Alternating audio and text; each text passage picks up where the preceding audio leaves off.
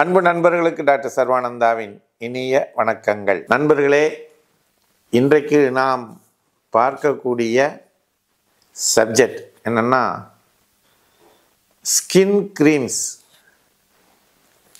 மாற்றத்தை தருமா, அது கலராக்குமா அப்படிங்கிறது தான்.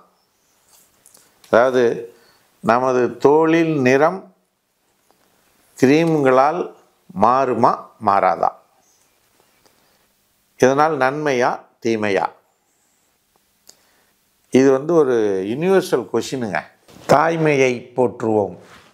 பெண்கள் அனைவருக்கும் வணக்கம். மாதவிலக்கு காலங்களில் ஏற்படும் வயிற்று வலியை ஒரே ஒரு முறை வர்ம சிகிச்சை செய்து நாம் சரி செய்து கொள்ள முடியும். இந்த வர்ம சிகிச்சையானது நாமக்கல் மாவட்டம் கலெக்டர் அலுவலகம் அருகில் இருக்கக்கூடிய சர்வம் ஹெல்த் கேரில் ஒவ்வொரு சனிக்கிழமையும் காலை 10 மணி முதல் 2 மணி வரை இலவசமாக அந்த சிகிச்சை அளிக்கப்படுகிறது. இதனை பயன்படுத்தி நீங்கள் அனைவரும் அந்த வயிற்று வலி பிரச்சனையிலிருந்து விடுபட இறைவனை பிரார்த்தித்து நிறைவு செய்கின்றோம். அனைவரும் வாருங்கள், நல்வழி பெறுங்கள். இறைவன் நம்மை படைக்கின்ற பொழுது, ஒவ்வொரு ஜீவராசிகளையும் படைக்கின்ற பொழுது பல நிறங்களில் படைக்கிறான். அவன் வெறும் படைப்பாளி மட்டுமல்ல, கலைஞன் மட்டுமல்ல, அவன் ஒரு ரசிகன். ரசித்து ரசித்து ஒரு உயிர்களை படைக்கிறான். இப்போ மயில் பாருங்க, அது தோகை அதுக்கு அழகு. குயில் பாருங்க, குரல் அதுக்கு அழகு. இப்போ இதுதான் இறைவனுடைய படைப்பு. இதில் நாம் செய்து கொள்ளக்கூடிய பல பிரச்சனைகளால் நம்முடைய கலர் மாற்றங்கள் நடக்குது. ஒன்று இயற்கையினாலேயே மாறுவது, சூழ்நிலையினால் மாறுவது, இன்னொன்று நோய்த்தன்மையினால் மாறுவது என்று 2 வகையான சூழ்நிலையில் நம்முடைய தோல் பகுதி கலர் மாற்றம் நிகழ்கிறது. அதாவது இயற்கையாக இருக்கக்கூடிய முகத்தில் ஏற்படக்கூடிய பருக்கள், கொப்புளங்கள், காயம், தழும்புகள், இதையெல்லாம் மாற்றுவதற்கு நம்ம என்ன பயன்படுத்துகிறோம்? க்ரீம்களை பயன்படுத்துகிறோம். சரிங்களா? அடுத்து பார்த்திங்கன்னா, இந்த கலர் சேஞ்சஸ் எதனால் ஏற்படுகிறதுனா, ஹார்மோனல் இம்பேலன்ஸ். ஹார்மோனல் இம்பேலன்ஸ்னால, மெலாசிஸ்னால, ஏஜ் ஃபேக்டர்னால இந்த கலர் சேஞ்சஸ் நடக்குது.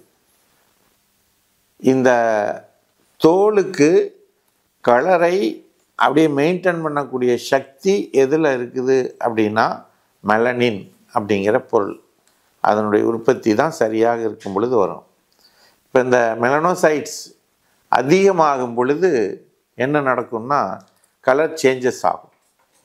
இப்போ இதை குறைக்கிறதுக்கு நம்ம மருத்துவ ஃபார்மசூட்டிகல்ஸ், மருத்துவ கம்பெனிகள் என்ன பண்ணுறாங்கன்னா, விட்டமின் சி, அப்புறம் ஹைட்ரோகுனைன் போன்ற மருந்துகளை இதோட இணைச்சி அந்த க்ரீம்களை தயாரிக்கிறாங்க.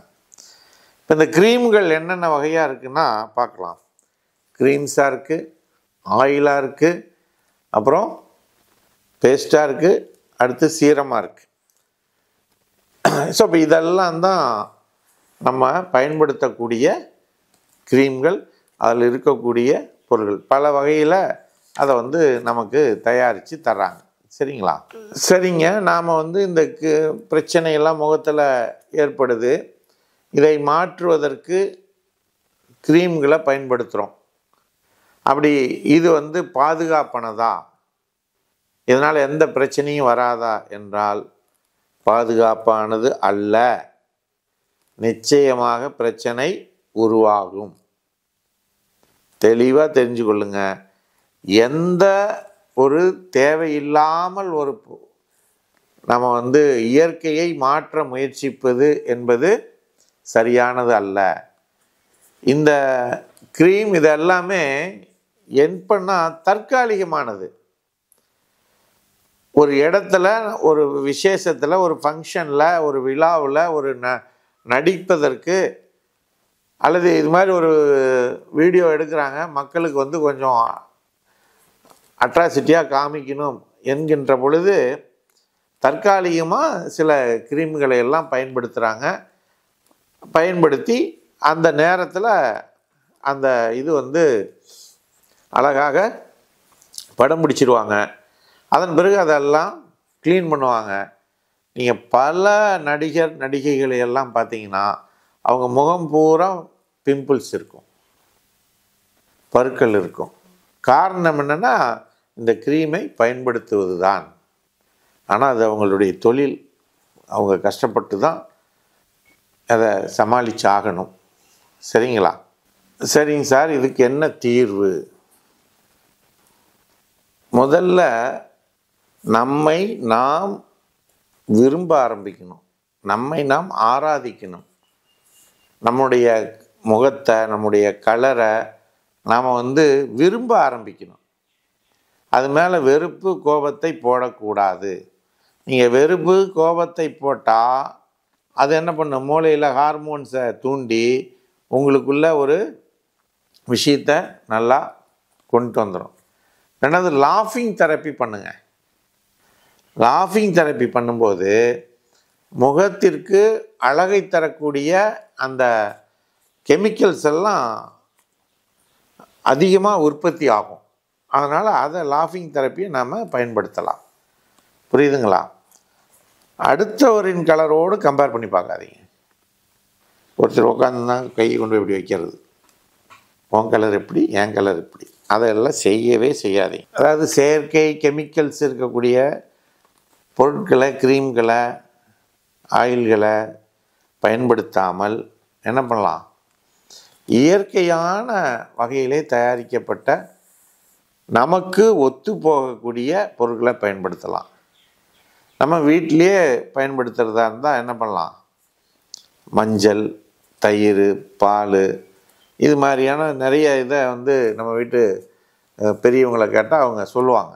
அதை நாம் பயன்படுத்தி கொள்ளலாம். சரிங்களா?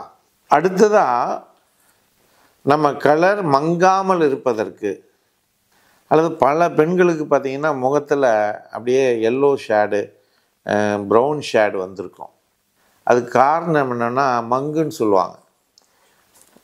தோலில் ஏற்படக்கூடிய, அதாவது அடைப்புகள் ஒன்று. அப்போ அதுக்கு என்ன செய்யணும்? நல்ல உடற்பயிற்சி செய்யணும்.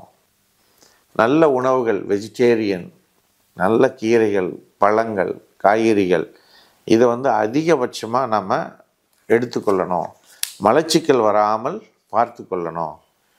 அடுத்து, வெயிலில், சூரிய ஒளியில் அதிகம் நம்மளை வெளிப்படுத்தி கொள்ளாமல் தடுத்துக்கணும். இது எல்லாம் தான் இயற்கையாக நம்மளுடைய அழகை, முகத்தினுடைய அழகை நாம் பாதுகாப்பதற்கான தீர்வு. சரி, இதுலேயே ஒரு பிரச்சனை வந்துருச்சு. உள் உறுப்புகளில் இப்போ ஜாண்டிஸ் வந்ததுன்னா மஞ்சளாக மாறும். இதில் ரத்தத்தில் பிரச்சனை வந்தால் கலர் கருப்பாக வரும். ரத்த அடைப்பு இருந்ததுன்னா அங்கே கருப்பு தன்மை ஏற்படும். இப்படிப்பட்ட பிரச்சனைகள் இருந்தால் என்ன பண்ணலாம்? ஹோமியோபதி தான் சிறந்த மருந்துங்க. ஹோமியோபதியில் இந்த பிம்பிள்ஸ் போகிறதுக்கு, கலர் சேஞ்சஸ் ஆகிறதுக்கு, இந்த மங்கு போகிறதுக்கு, மற்ற பல தோல் பிரச்சனைகள் தீர்வதற்கு ஹோமியோபதி ஒரு மிகச்சிறந்த மருந்துகளை வைத்துள்ளது. அதனுள் டாக்டர் ஹனிமன் சிறப்பாக அதை பற்றி கண்டுபிடிச்சு சொல்லிட்டு போயிருக்கிறாங்க. அதை தொடர்ந்து வந்த பல மருத்துவர்கள், டாக்டர் கென்ட்லேருந்து, டெய்லர்லேருந்து, நேஷு, ஆலன்னு, பல டாக்டர்ஸ் எல்லாம் ஃபாரின் பேர் தான், அவங்க எல்லாம் கண்டுபிடிச்சிருக்கிறாங்க. இன்றைக்கு இந்தியாவிலேயும் மிகச்சிறந்த மருத்துவர்கள் ஹோமியோபதியில் அதை ப்ராக்டிஸ் பண்ணுறாங்க. அப்படிப்பட்ட ஹோமியோபதி மருந்துகளை பயன்படுத்தி முகத்தை அழகாக்கி கொள்ளுங்கள். நிறைவாக சொல்லுவது என்னவென்றால், ஸ்கின் கிரீம் முகத்தினுடைய அழகை மாற்றுமா என்றால் மாற்றாது என்பதனை கூறி, வாய்ப்பளித்த சர்வம் யூடியூப் சேனலுக்கு நன்றி கூறி விடைபெறுகிறோம். நன்றி, வணக்கம்.